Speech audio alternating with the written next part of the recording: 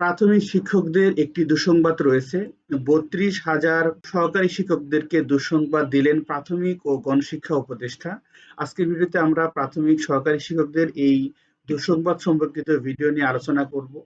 তথ্য নিয়ে আলোচনা করব যে কি দুঃসংবাদ তাদেরকে দেওয়া হয়েছে। আপনারা যারা আমাকে প্রথমবার দেখছেন তারা অবশ্যই চ্যানেলটি সাবস্ক্রাইব করে পাশে থাকা বেল আইকনটি প্রেস করে রাখবেন, যাতে করে পরবর্তী নতুন আপডেট সবার আগে পেয়ে যান।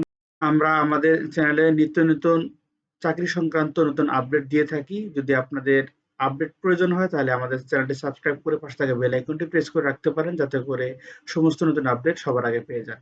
তো ভিউয়ার্স, আজকের ভিডিওতে আমরা ৩২,০০০ সহকারী শিক্ষককে দুঃসংবাদ দিলেন প্রাথমিক ও গণশিক্ষা উপদেষ্টা, এই বিষয়ে বিস্তারিত আলোচনা করব। তো চলুন শুরু করা যাক। প্রাথমিক ও গণশিক্ষা উপদেষ্টা অধ্যাপক বিধান রঞ্জন রায় পোদ্দার বলেছেন, আমাদের ৩২,০০০ স্কুলের প্রধান শিক্ষক নেই, অথচ ৩২,০০০ সহকারী শিক্ষককে আমরা পদোন্নতি দিতে পারছি না। মামলার জন্য এটি হয়েছে।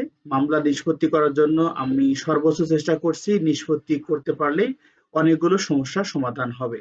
তো অধ্যাপক বিধান রঞ্জন রায় পোদ্দার বলেছেন, প্রায় সারা বাংলাদেশে ৩২,০০০ স্কুলের প্রধান শিক্ষক নেই এবং মামলার জটিলতার কারণে তারা ৩২,০০০ সহকারী শিক্ষককে কিন্তু পদোন্নতি দিতে পারছেন না এবং এই মামলার খুব দ্রুত নিষ্পত্তি তারা চাচ্ছেন এবং নিষ্পত্তি করতে পারলেই এই সমস্যাগুলোর সমাধান অনেকাংশ হতে পারে বলেও জানান তিনি।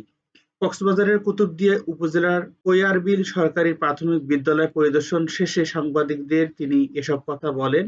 এর আগে উপদেষ্টা উপজেলার লেমশিখালী প্রাথমিক বিদ্যালয় এবং পূর্ব ধুরুং সরকারি প্রাথমিক বিদ্যালয়ে শ্রেণীকক্ষ, অবকাঠামো ও অভিকক্ষ পরিদর্শন করেন। এছাড়াও কুতুবদিয়া ঐতিহ্যবাহী বাতিঘর ও সৈকত ঘুরে দেখেন তিনি।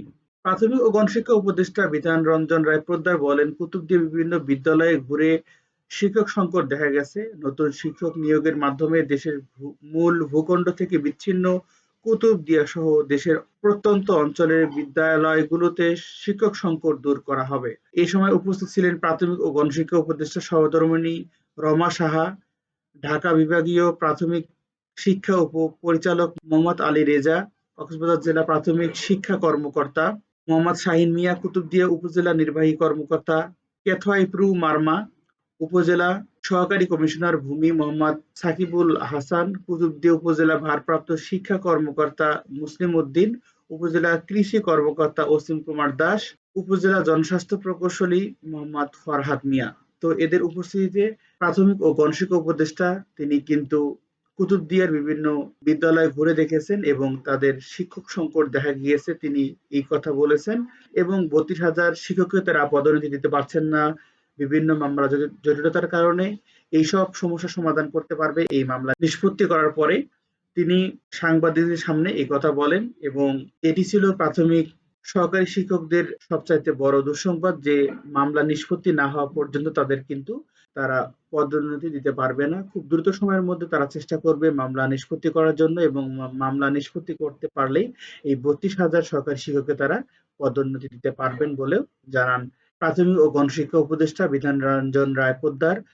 তিনি এবং তার সহধর্মিণী সহ এবং অন্যান্য কর্মকর্তা মিলে কিন্তু কুতুবদিয়া সহ আরো বেশ কয়েকটি শিক্ষা প্রতিষ্ঠান তারা ঘুরে দেখেছেন এবং শিক্ষক সংকট দেখা গিয়েছে এবং তিনি বলছেন যে শিক্ষক নিয়োগের মাধ্যমে এই কুতুবদিয়া অর্থাৎ বাংলাদেশের ভূখণ্ড থেকে বিচ্ছিন্ন কুতুবদিয়া সহ প্রত্যন্ত অঞ্চলগুলোতে শিক্ষক সংকট দূর করা সম্ভব বলেও তিনি জানান।